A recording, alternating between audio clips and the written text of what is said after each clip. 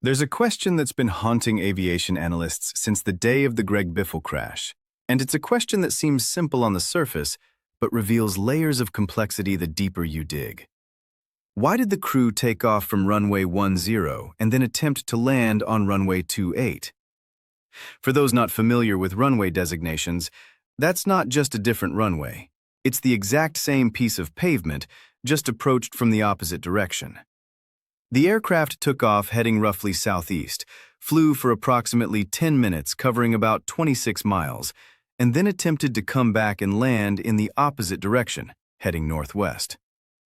That decision has puzzled investigators, confused aviation experts, and sparked intense debate about what was happening in that cockpit during those critical minutes. Today, we need to unpack that decision because it may be one of the most important factors in understanding why this accident happened the way it did. And the more you look at it, the more you realize this wasn't just about picking a runway. It was about time, altitude, energy management, and decisions made under pressure that may have narrowed the crew's options in ways they didn't fully appreciate until it was too late. Let's start with the basics, because understanding runway operations is critical to understanding why this decision matters.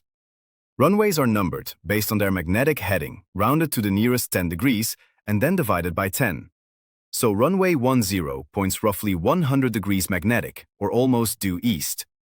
Runway 28 points roughly 280 degrees magnetic, or almost due west. At most airports, these are simply opposite ends of the same runway.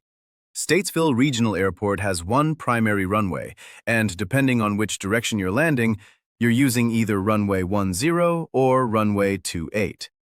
It's the same physical surface, the same length, the same width. But the approach environment, the obstacles, the sightlines, and most importantly, the wind conditions can be dramatically different depending on which direction you're using.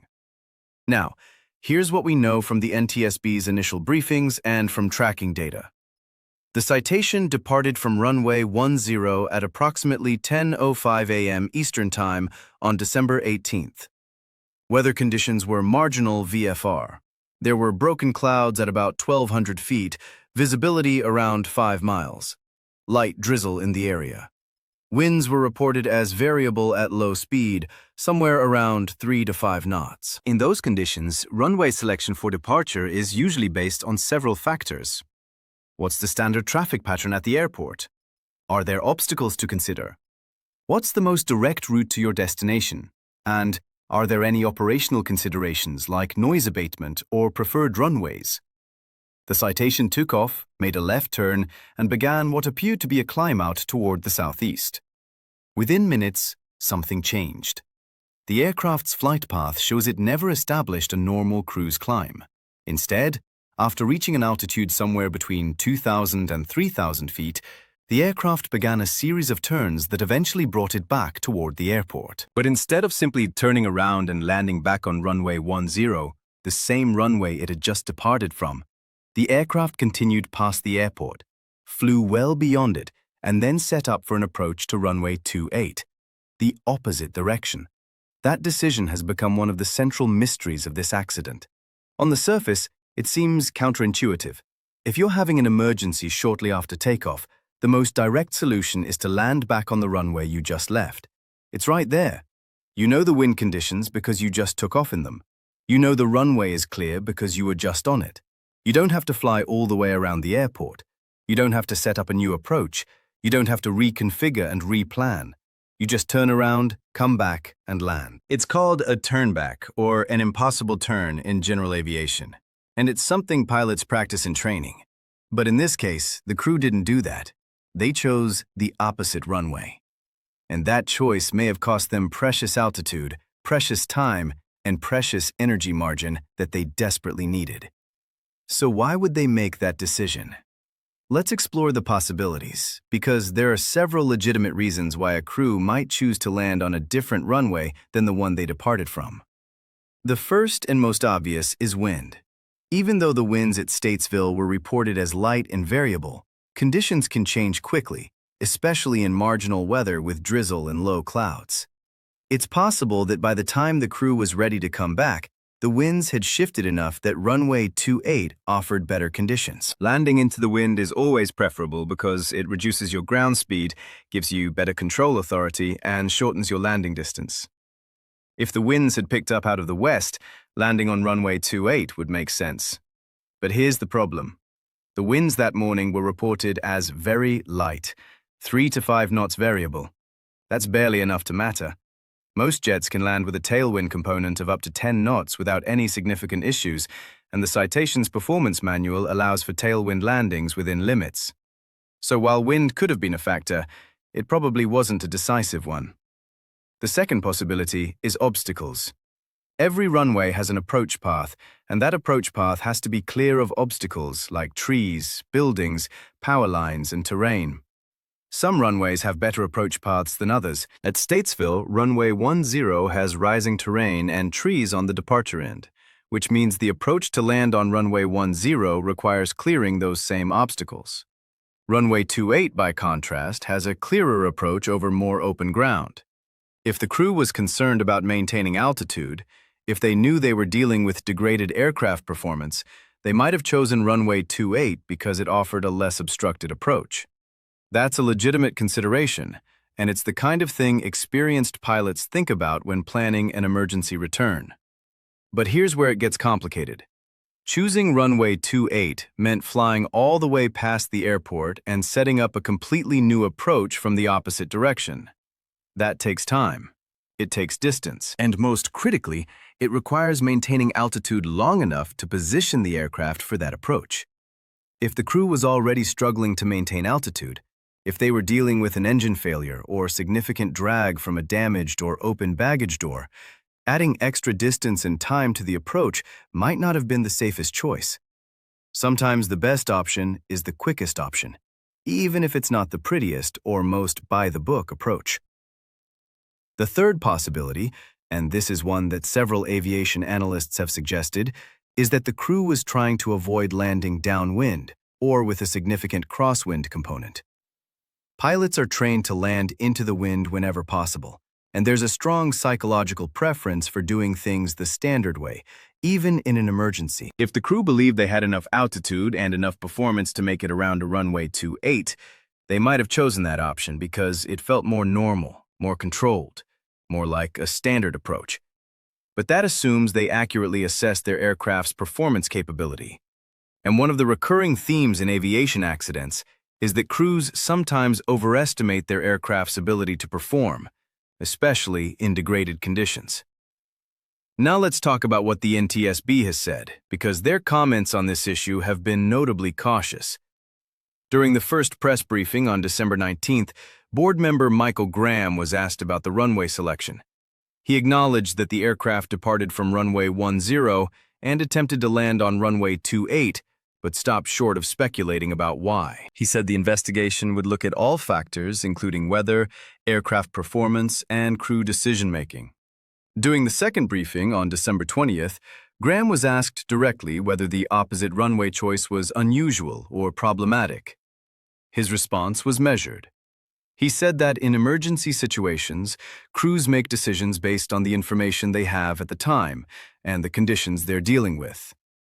He noted that the investigation would examine whether the runway choice was appropriate given the circumstances, but he didn't say whether he thought it was the right decision or the wrong decision. And that's because the NTSB doesn't make those kinds of judgments in the early stages of an investigation. They gather facts first. Analysis comes later. But here's what we can infer from the flight path and the data that's publicly available. The aircraft spent several minutes maneuvering after it became clear they were returning to the airport. The ADS-B track shows the aircraft making multiple turns, climbing and descending, adjusting its position. That suggests the crew was actively working through a problem.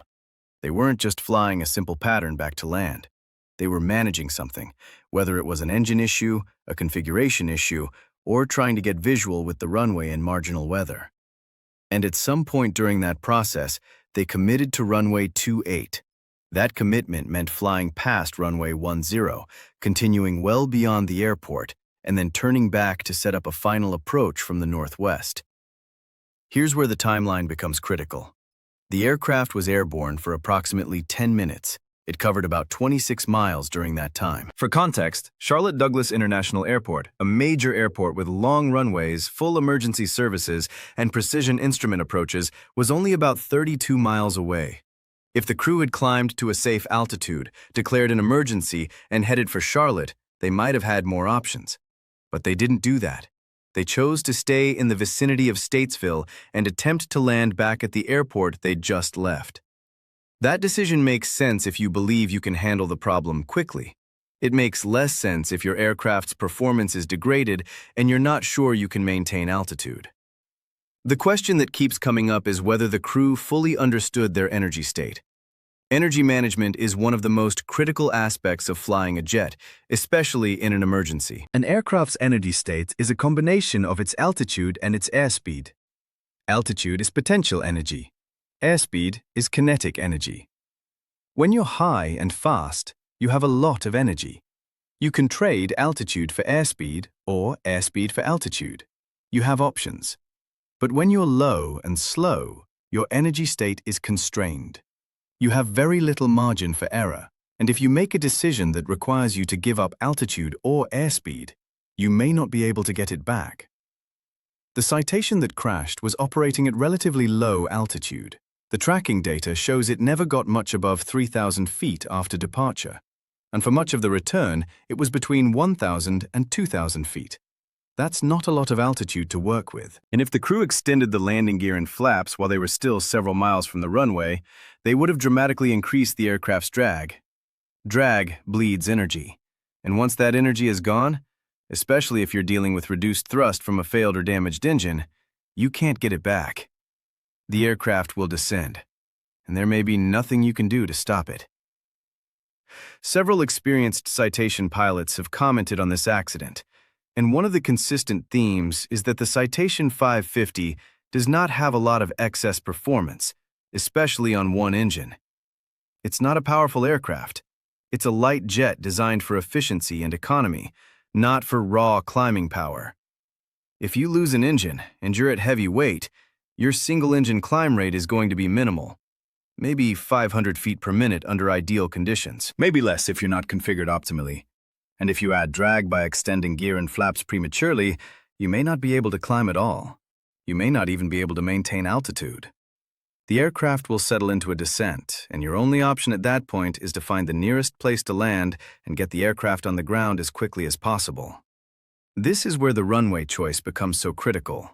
If the crew extended the gear and flaps while they were still trying to fly around to runway 28, they may have committed themselves to a descent profile that they couldn't escape from.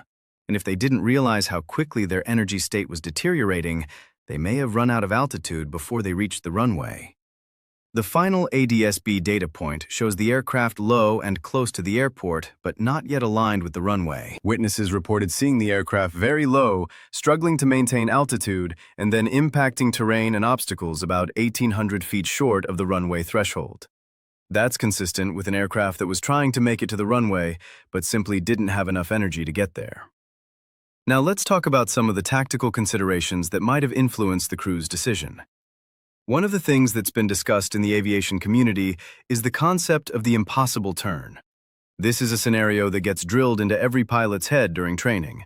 If you lose an engine immediately after takeoff, should you try to turn back to the runway, or should you land straight ahead? The conventional wisdom is that turning back is dangerous because it requires altitude to execute safely. When you turn, you have to increase your angle of attack to maintain lift, which increases drag and increases your descent rate. If you're already low and slow, a turn back to the runway can quickly become a stall spin accident. That's why most flight instructors teach that if you lose an engine below a certain altitude, usually around 500 to 1,000 feet, you should land straight ahead. Don't try to turn back. Find a field, a road, whatever's in front of you, and put the aircraft down under control. But that advice is primarily for single-engine piston aircraft. Jets are different. Jets have higher performance, better glide ratios, and more options. And if you're already at 1,500 or 2,000 feet when the problem occurs, you have enough altitude to turn back safely. The question is whether you should turn back immediately to the same runway or whether you should take time to troubleshoot. climb to a safer altitude, and set up a proper approach. In airline operations, the standard procedure for an engine failure after takeoff is to continue the climb to at least 1,500 feet above field elevation, execute the engine failure checklist, declare an emergency, and then set up for a return. You don't just whip the aircraft around and land immediately. You take time to stabilize the situation. It's possible that the crew of the Biffle flight was following that mindset. They had an emergency. They decided to return. But instead of making an immediate turn back, they continued to climb. They worked the problem, and they set up for what they believed would be a controlled approach to the opposite runway. The problem is that somewhere in that process, their energy state degraded faster than they expected. And by the time they realized they were in trouble, they were already committed to a flight path that required more performance than the aircraft could deliver. There's another factor that may have played a role, and that's visibility. Weather conditions that morning were marginal. 1,200-foot ceilings, 5 miles visibility, drizzle. That's technically VFR, but it's not good VFR. It's the kind of weather where you can see the ground, but you can't see very far ahead. You're constantly looking for visual references, and if you're trying to line up with a runway while you're low and dealing with an emergency, you need to be able to see that runway well in advance. Some aviation analysts have suggested that the crew may have flown past runway 10 because they couldn't see it. The clouds were low enough that they would have had to descend below the ceiling to get visual, and if they were still troubleshooting an engine issue or trying to run checklists, they may not have been ready to commit to an approach yet. So they continued around, figuring they'd set up for runway 28 and get themselves established on a proper approach with better visibility. But here's the problem with that theory. If visibility was the issue, runway 28 wouldn't necessarily have been any better. The weather was widespread. It wasn't localized to one end of the airport. And if the crew was having trouble seeing runway 10, they would have had similar trouble seeing runway 28. Unless the weather was improving as time went on, which is possible, the visibility issue would have been a problem regardless of which runway they chose. There's also the question of airport familiarity. We know that Dennis Dutton was a retired Delta Airlines captain with decades of experience flying large jets. But experience in large jets at major airports doesn't necessarily translate to experience flying small jets into small airports in marginal weather. Large airports have precision instrument approaches, long runways, and extensive lighting systems. Statesville Regional Airport is a small, uncontrolled field with limited facilities. If Dutton wasn't intimately familiar with Statesville, if he hadn't flown in and out of there regularly, he may not have had a clear mental picture of the airport layout and the approach environment. That lack of familiarity could have contributed to uncertainty about which runway to use and how to set up the approach. Here's something else that's worth considering. At uncontrolled airports, there's no tower to give you instructions. There's no controller to tell you which runway to use or how to enter the pattern. You're on your own. You're supposed to monitor the Common Traffic Advisory Frequency, or CTAF, and coordinate with other aircraft in the area. But in an emergency, especially if you're task-saturated and dealing with multiple problems, communication can fall by the wayside. We know from the audio that surfaced online that someone on the aircraft made radio calls indicating they had an issue and were returning. But we don't know how much coordination occurred with other traffic or whether the crew announced their intentions clearly. If there was confusion about which runway they were planning to use, other aircraft in the area wouldn't have known where to expect them. Interestingly, there's been a report that another aircraft, a Piper Aztec, was taxiing for departure behind the Biffle plane. That Aztec took off shortly after the citation and then also returned to land. Some reports suggest the Aztec landed on runway 10 while the citation wreckage was already on the ground near runway 28. If that's accurate, it raises questions about why the Aztec chose runway 10 while the citation was attempting runway 28.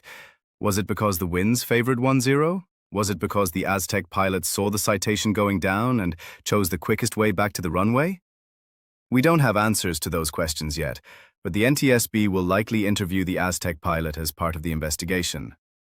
Now let's talk about what experienced pilots are saying about this decision. Dan Grider, an aviation YouTuber and experienced citation pilot, has been outspoken in his analysis of this accident.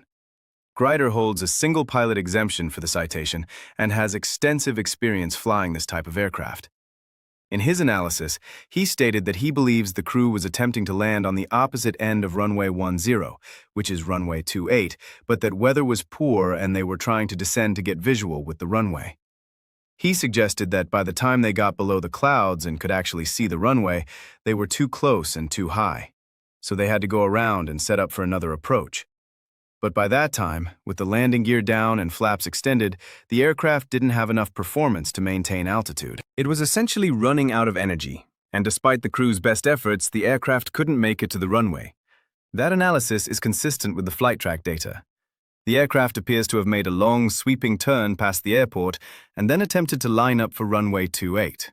But the final approach was never stabilized. The aircraft was low, it was slow, and it was descending. When you're in that situation in a jet, especially a jet with limited single-engine performance, you have very few options. You can't go around because you don't have the thrust to climb. You can't stretch the glide because you're already at minimum speed. Your only choice is to try to make it to the runway and hope you have enough energy to get there. In this case, they didn't. There's a broader lesson here about energy management and decision-making under pressure. When you're dealing with an emergency at low altitude, every decision you make has consequences. If you decide to fly an extra 2 miles to get to a different runway, that's 2 miles of distance where you're burning altitude and energy. If you decide to extend the landing gear early because you want to be ready to land, that's drag you've added that you can't take back. If you decide to turn instead of flying straight, that's altitude you're trading for the turn. And if you misjudge your aircraft's performance by even a small amount, those decisions can compound until you're in a situation where you've run out of options. One of the most difficult aspects of aviation accidents is that we get to analyze these decisions with perfect hindsight and unlimited time. The crew didn't have that luxury. They were dealing with an emergency in real time, with incomplete information, in marginal weather, with multiple tasks competing for their attention. They had to make decisions quickly, and they had to make them based on what they knew at the moment. Second-guessing those decisions is easy, but understanding why they made them and whether those decisions were reasonable given what they knew, that's much harder. The NTSB will examine all of these factors. They'll look at the weather data to determine what the actual wind conditions were and whether runway 28 offered any advantage over runway 10. They'll analyze the flight path to understand what the crew was trying to do and when they committed to their final approach. They'll review the cockpit voice recorder to hear what was said in the cockpit and whether there was discussion about runway selection. They'll interview the Aztec pilot and any other witnesses who were in the area. They'll examine the aircraft's performance data to determine what climb rate and glide performance was available given the aircraft's weight, configuration, and engine status. And they'll synthesize all of that information into a comprehensive understanding of the decision-making process that led to the runway choice. What we can say right now is that the decision to land on runway 28 instead of runway 10 was consequential. It added distance to the approach. It required the aircraft to maintain altitude for a longer period of time. And it may have contributed to the final outcome by consuming energy that the crew needed to reach the runway. Whether that decision was reasonable given the circumstances, or whether it was a misjudgment that narrowed their margins, that's something the final report will address. But it's clear that this decision, more than almost any other single factor, has captured the attention of the aviation community because it seems counterintuitive and because the consequences were so severe. Here's the thing about aviation accidents. They're rarely about one decision or one failure. They're about a chain of events where each link makes the next one more likely. Maybe the baggage door wasn't secured properly. That's the first link. Maybe it opened in flight and damaged an engine. That's the second link. Maybe the crew decided to return immediately instead of climbing to a safer altitude. That's the third link. Maybe they chose the opposite runway because they thought it offered better conditions. That's the fourth link. Maybe they extended the landing gear and flaps too early. That's the fifth link. And maybe they misjudged their energy state and thought they had enough altitude to make it. That's the sixth link. None of those links by themselves would be enough to cause an accident, but when they all line up, when each decision makes the situation slightly worse and leaves slightly less margin, the chain becomes unbreakable. And that's when accidents happen. The preliminary report, when it's released, will give us more clarity about the runway selection and what factors influenced it. The final report, which will come many months from now, will provide a complete analysis of whether that decision was appropriate and what role it played in the accident sequence. Until then, we're left with questions. Why did they choose Runway 28? Did they fully understand the implications of that choice? Did they have information that made it seem like the right decision at the time? And could a different choice have changed the outcome? These are the questions that will drive the investigation forward. These are the questions that will keep aviation analysts and safety experts engaged for months to come. And these are the questions that will ultimately help the aviation community learn from this tragedy and make better decisions in the future. Because that's what aviation safety is built on. Not perfection, not never making mistakes, but learning from every accident, understanding what went wrong, and using that knowledge to prevent the next one. The runway decision in the Greg Biffle crash is a microcosm of how complex aviation decision-making can be. It's a reminder that what looks simple from the outside, just land on the same runway you took off from, can be incredibly complicated when you're in the cockpit dealing with multiple problems in real time. It's a reminder that every decision has consequences and that energy management is everything in an emergency. And it's a reminder that sometimes the most important questions aren't about what went wrong mechanically, but about what was going through the crew's minds as they tried to handle a situation that was rapidly spiraling out of control. When the NTSB releases its findings, we'll have answers. We'll know whether the runway choice was a contributing factor or simply a detail that didn't matter in the end. We'll know whether the crew had sound reasons for their decision or whether it was a misjudgment driven by task saturation and pressure. And we'll know whether there are lessons here that need to be incorporated into training and procedures to help future crews make better decisions when faced with similar situations. Until then, the question remains, why didn't they land on the same runway they took off from? It's a question that seems simple, but reveals just how complex and unforgiving aviation can be when everything goes wrong at once.